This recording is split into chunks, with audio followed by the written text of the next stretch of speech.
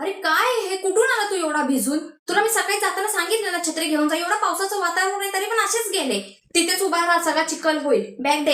एकतर आधीच कपडे सुकत नाहीयेत, त्यात तुम्ही अजून ओले करून पंखा आहे ना. पंख्याखाली कपडा सुकतोय का? अरे गोट्या, काय करतोयस तू मोबाईल वरती? ती गॅलरी मधली लाईट आणि कंदील दे ना मला काढून, मी ठेवून देते. तुम्हाला स्वतःहून एक गोष्ट समजत नाही का? बंद नाही पडणार का त्याच्यामध्ये पाणी गेल्यावर? पाऊस पण ना सासू मेल्यासारखा रडतो.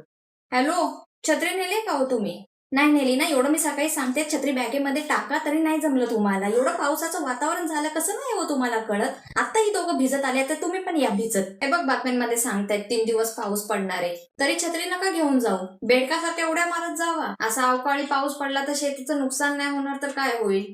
महागाई पण आता वाढणार बघ. आई कांदा भजी बनव ना. कांदा भजी हवे तुम्हाला? हा, चहा बनवलाय, त्याच्यामध्ये टोस्ट बुडवून खावा गपचूप. हे बघ पाऊस थांबलाय तोपर्यंत जा ना खालून टॅमॅटो आणि दूध घेऊन ये. 3 दिवस पाऊस आहे असं सांगितलं ना बातम्यांमध्ये. दुकानानंतर उघडी ठेवतील का? बघ ती चाई मधली माणसं कशी आता पाणी उपसतायत पाऊस गेल्यावरती. हा, चाई मधला पावसाळा नकोसा होतो. ते पाणी तर पाणी, त्यात ती मच्छर. कसे 25 वर्ष काढलेत ना माझे, मला माहितीये. आठवलं तरी पण अंगावर काटा येतो आणि डोळ्यात पाणी येतं.